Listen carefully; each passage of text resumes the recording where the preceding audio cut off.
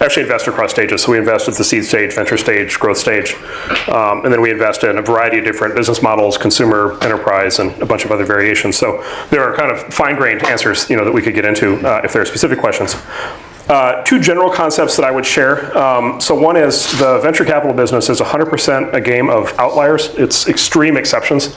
Right, so the conventional statistics are, on the order of 4,000 venture fundable companies a year that want to raise venture capital. About 200 of those will get funded by what's considered a top tier VC.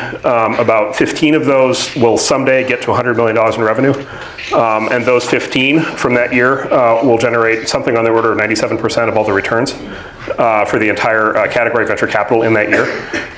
And so venture capital is such an extreme feast or famine business. You're either in one of the 15 or you're not, or you're in one of the 200 or you're not.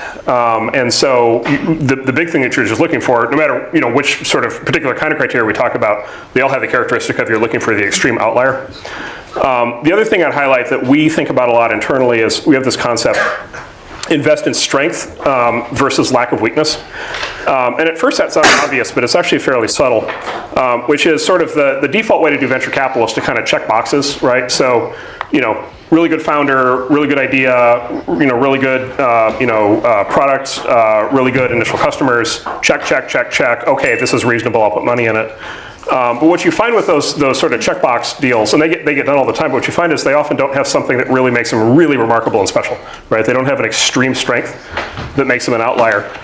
On the other side of that, the companies that have the really extreme strengths often have serious flaws. And so one of the cautionary lessons of venture capital is if you don't invest on the basis of serious flaws, you don't invest in most of the big winners. And we could go through example after example after example of that.